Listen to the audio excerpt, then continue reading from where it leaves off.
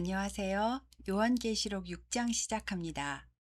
6장은 드디어 어린 양이신 예수님께서 일곱 인을 하나씩 떼시는데요. 6장에서 6개의 인이 다 떼어지기 때문에 6장은 매우 중요한 장입니다. 인을 뗀다는 것은 두루마리 안에 있는 내용을 열어서 보여주신다는 말 그대로 계시의 의미이잖아요. 예수님께서 세상을 향한 하나님의 계획을 열어서 하나씩 보여주신다. 그리고 그 보여주신 일은 앞으로 이루어질 일이다. 라는 것을 기억하면서 보도록 하겠습니다. 그리고 첫 번째 인부터 네 번째 인까지는 하나님의 보좌 앞에 있던 네 생물이 하나씩 나와서 오라 라는 말을 하는데요. 첫 번째 나온 생물만 우레소리 같은, 그러니까 천둥소리 같은 소리로 말하고, 둘째, 셋째, 넷째 인을 뗄 때는 생물들이 하나씩 나와서 우레소리 아니고 그냥 목소리로 오라 라고 말합니다. 성경에 우레소리, 나팔소리, 많은 물소리 등으로 표현할 때는 하나님의 일하심이나 성도와 관련이 있을 때에 이렇게 표현한다는 것을 알 수 있습니다.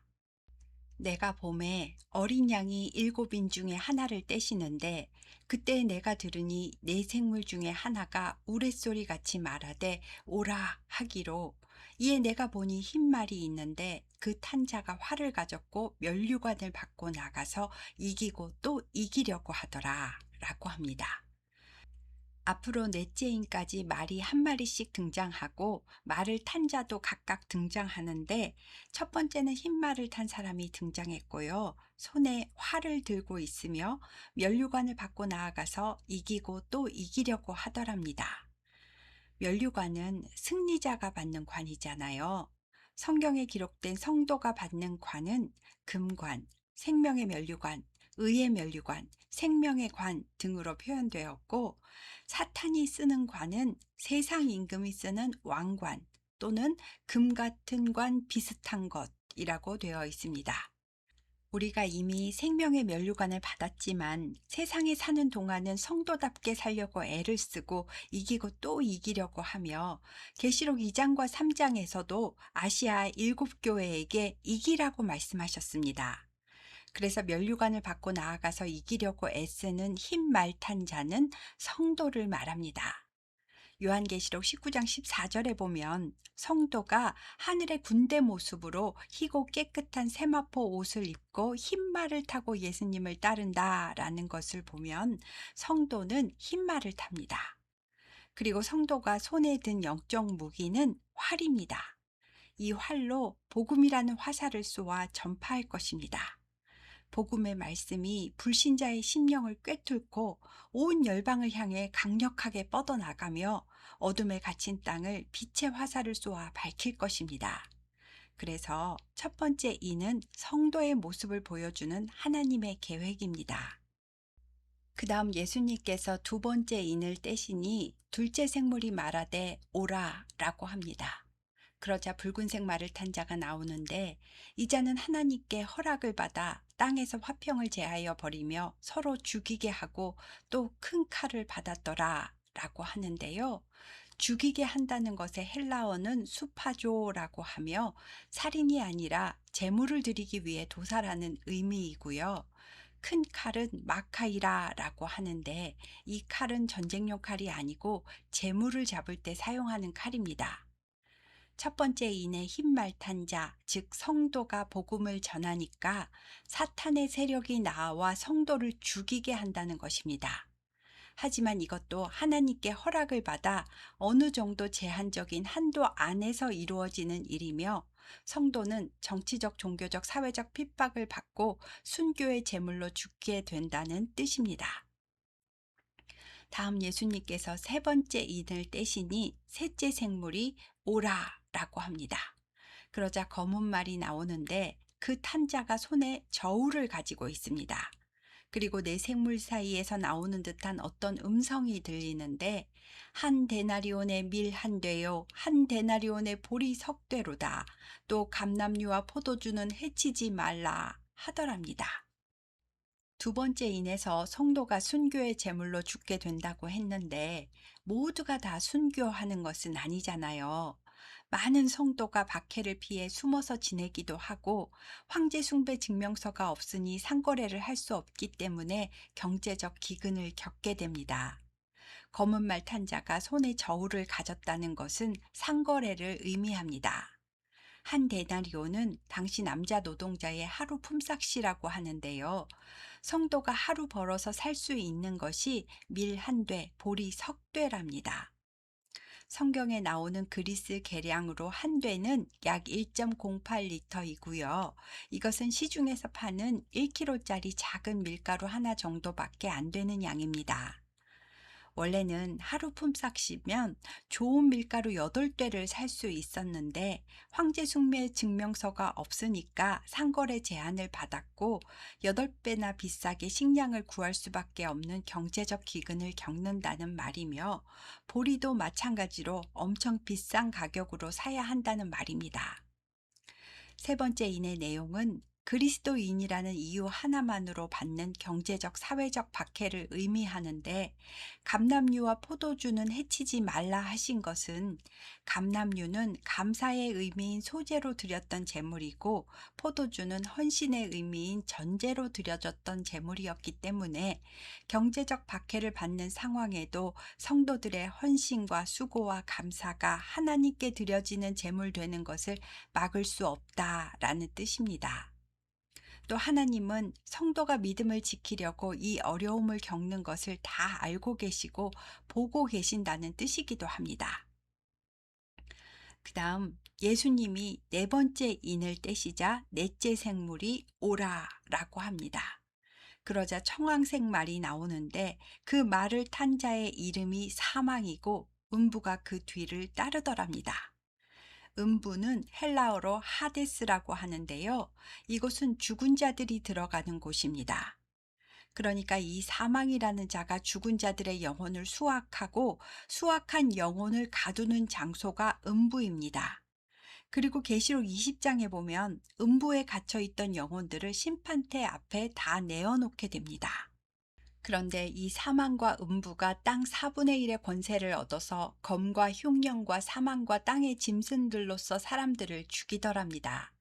여기서 4분의 1의 권세를 얻었다는 것은 감람류와 포도주가 제사 제도를 의미했듯이 4분의 1은 하나님께 부어드리는 전제에 사용되는 숫자입니다.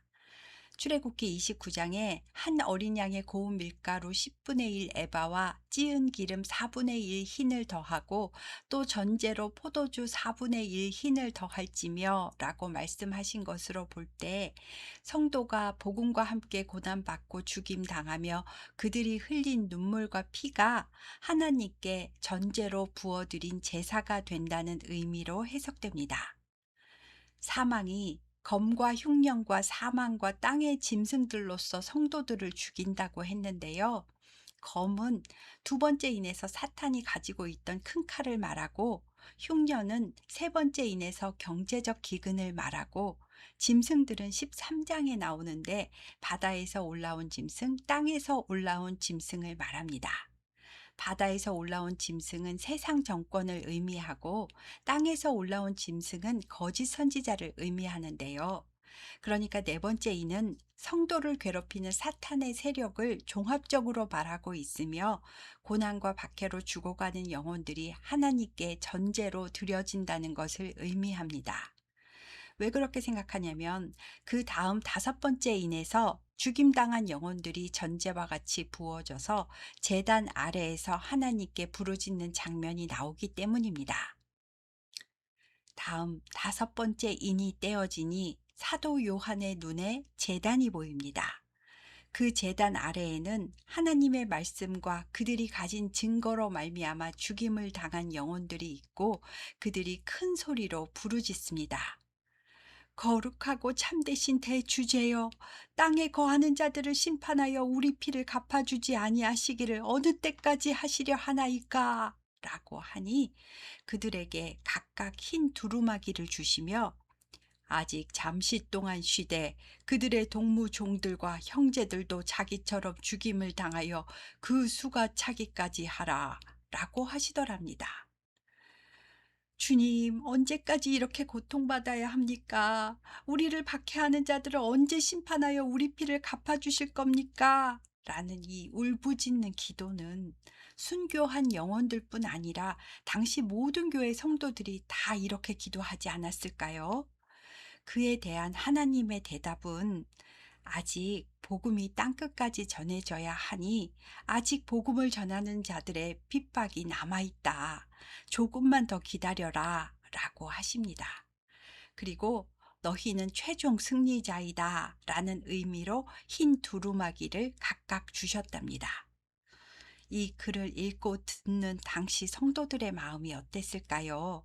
마음이 뜨거워지고 위로가 되었을 것 같습니다. 다음은 여섯 번째 인입니다. 이제 진짜 심판의 때를 보여주십니다. 예수님이 여섯째 인을 떼실 때에 큰 지진이 나며 해가 검은 털로 짠 상복같이 검어지고 달은 온통 피같이 되며 하늘의 별들이 무화과 나무가 대풍에 흔들려 설익은 열매가 떨어지는 것 같이 땅에 떨어지며 하늘은 두루마리가 말리는 것 같이 떠나가고 각 산과 섬이 제자리에서 옮겨짐에 땅의 임금들과 왕족들과 장군들과 부자들과 강한 자들과 모든 종과 자유인이 동굴과 산들의 바위 틈에 숨더랍니다. 그리고 그들이 산들아 우리 위에 떨어져라, 바위야 우리 위에 떨어져라, 차라리 산과 바위에 깔려 죽는 것이 보좌에 앉으신 이의 얼굴에서와 그 어린 양의 진노를 마주하는 것보다 나으리라. 그들의 진노에 큰 날이 이르렀으니 누가 능히 서리요 라고 하더랍니다. 이런 무서운 심판을 받을 사람들은 누구일까요? 땅에 속한 자, 즉 불신자들을 말합니다. 땅의 임금들과 왕족들과 장군들과 부자들과 강한 자들과 모든 종과 자유인이라고 표현한 것은 하나님을 대적하고 성도를 박해하는 모든 자들을 나타냅니다. 지진과 해와 달과 별들이 떨어지는 재앙은 인간의 능력으로는 어떻게 해도 막아낼 수 없는 그런 두려운 심판이라는 의미입니다. 우리나라식으로 하면 천벌이 내린다라는 뜻인 겁니다. 이 심판을 받는 자들은 성도가 아닙니다. 성도를 괴롭히는 불신자들입니다. 성도가 사회에 피해를 주는 것도 아니고 나쁜 짓을 하는 것도 아닌데 예수 믿는다고 잡아다 산채로 태워 죽이고 짐승의 밥으로 죽이고 상거래도 못하게 하고 이렇게 성도를 핍박한 땅에 속한 모든 불신자들이 받을 심판이라는 겁니다. 그래서 그들이 극한의 공포에 질려 숨어서 바위야 우리 위에 떨어져라, 나 좀 빨리 그냥 죽여줘라 하면서 벌벌 떨 거라는 말씀을 주신 겁니다. 여섯 번째 인의 내용이 우리가 궁금해하는 마지막 재앙의 날에 대한 이야기입니다. 이 날은 반드시 올 것입니다. 이렇게 6장에는 첫 번째 인에서 여섯 번째 인까지의 성도를 향한 하나님의 계획이 다 들어 있습니다. 다음은 7장입니다. 7장에서 일곱 번째 인이 떼어질 것 같지만 일곱 번째 인은 8장에서 떼어지고요. 일곱 번째 인이 떼어짐과 동시에 나팔 경고가 시작됩니다. 그리고 7장은 심판의 때에 안전하게 보호받는 인 받은 성도에 대해 말씀해 주는 내용입니다. 여섯 번째 인이 떼어지고 난 후에 사도 요한에게 네 천사가 땅 네 모퉁이에 선 것이 보였습니다. 이 네 천사는 땅 사방의 바람을 붙잡아서 바람이 땅에나 바다에나 각종 나무에 불지 못하도록 막았답니다. 땅의 사방은 동서남북 온 세상을 의미하고요. 바람은 재앙을 의미합니다. 그러니까 재앙의 시작이 준비가 다 된 상태에서 잠시 멈춘 것입니다. 그리고 또 다른 천사가 등장하여 살아계신 하나님의 인을 가지고 해돋는 데로부터 올라옵니다. 해돋는 데는 동쪽을 말합니다. 이 천사가 살아계신 하나님의 인을 가지고서 땅과 바다를 해롭게 할 권세를 받은 네 천사를 향하여 큰 소리로 외쳐 이르기를 우리가 우리 하나님의 종들의 이마에 인치기까지 땅이나 바다나 나무들을 해하지 말라 라고 하더랍니다. 그러니까 재앙을 내리기 전에 먼저 하나님의 종들을 찾아서 하나님의 소유라는 도장을 천사가 성도들의 이마에 찍을 것이고, 이 작업이 다 끝날 때까지는 아직 재앙을 내리지 말라고 한 것입니다. 그리고 사도 요한의 귀에 인침받은 자의 수가 몇 명인지 들리는데요. 이스라엘 자손의 각 지파 중에서 인침을 받은 자들이 14만 4천 명인데, 유다 지파, 르후벳 지파, 갓 지파, 아셀 지파, 납달리 지파, 므낫세 지파, 시므온 지파, 레위 지파, 이사갈 지파, 스불론 지파, 요셉 지파, 베냐민 지파, 이렇게 12지파가 각 12,000명씩 인침을 받았고, 12지파 곱하기 12,000명은 14만 4천 명, 이렇게 인침을 받았다는 소리가 들렸답니다. 이것은 구원을 받은 하나님의 백성 전체를 나타내는 숫자이지, 각 지파별로 12,000명씩 선착순 구원을 말하는 것이 아닙니다. 당시에는 성전도 예루살렘도 다 파괴된 상태이고, 이스라엘 백성은 모두 흩어져 사는 디아스포라였고, 신약시대에는 지파 개념도 별 의미가 없는 때였습니다. 게다가 편지를 받는 교회는 대부분 이방인 교회입니다. 그러니까 여기서 나열하는 지파는 하나님의 백성을 의미하고요. 복음을 듣고 믿는 자는 누구나 아무 차별 없이 공평하게 구원이 주어진다는 의미입니다. 그리고 14만 4천 명은 구원받은 백성의 수가 셀 수 없이 많다는 것의 표현입니다. 9절에 사도 요한이 인침받은 자가 14만 4천 명이다 라는 소리를 듣고 나서 돌아보니까 각 나라와 족속과 백성과 방언에서 아무도 능히 셀 수 없는 큰 무리가 보입니다. 그러니까 14만 4천 명 따로, 셀 수 없는 무리 따로가 아니고요. 14만 4천이라는 소리를 듣고 나서 보니까 셀 수 없이 많은 성도들이 보였다는 것입니다. 이 구원받은 큰 무리가 나와서 흰옷을 입고 손에 종려 가지를 들고 하나님의 보좌 앞과 어린 양 앞에 서서 큰 소리로 구원하심이 보좌에 앉으신 우리 하나님과 어린 양께 있도다 라고 외칩니다. 그러자 모든 천사가 보좌와 장로들과 네 생물 주위에 서 있다가 보좌 앞에 엎드려 얼굴을 대고 하나님께 경배하면서 아멘.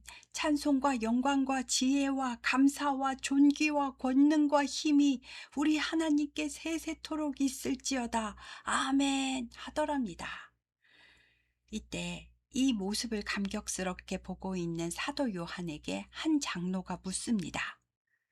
이 흰 옷을 입은 자들이 누구며 또 어디에서 왔는지 아느냐? 라고 하니 요한이 주여 저는 모르겠습니다. 당신이 아시나이다. 라고 합니다. 그러자 그 장로가 이는 큰 환란에서 나오는 자들인데 어린 양의 피에 그 옷을 씻어 희게 하였느니라. 그러므로 그들이 하나님의 보좌 앞에 있고 또 그의 성전에서 밤낮 하나님을 섬김에 보좌에 앉으신 이가 그들 위에 장막을 치시고 보호해 주실 것이다. 그들이 다시는 줄이지도 아니하며 목마르지도 아니하고 해나 아무 뜨거운 기운에 상하지도 아니하리니 이는 보좌 가운데 계신 어린 양이 그들의 목자가 되사 생명수샘으로 인도하시고 하나님께서 그들의 눈에서 모든 눈물을 씻어 주실 것임이라 라고 하며 7장이 끝납니다. 심판받는 재앙의 날도 반드시 임할 것이지만 그 전에 하나님께 인침받은 성도는 안전하게 보호받고 어린 양의 피에 죄의 옷을 씻어 깨끗해진 흰 옷을 입고 하나님의 장막 안에서 하나님을 섬긴다고 하셨습니다. 그러니까 이 재앙의 날이 성도에게는 재앙의 날이 아니라 기쁨의 잔치가 열리는 날이 되는 겁니다. 2절에 나오는 살아계신 하나님의 이는 단순한 도장을 의미하는 게 아니고요. 우리에게 이미 주어진 살아계신 성령을 의미합니다. 어린 양의 보혈의 죄를 씻고 인을 맞은 자들은 구원의 보증으로 성령이 임하게 됩니다.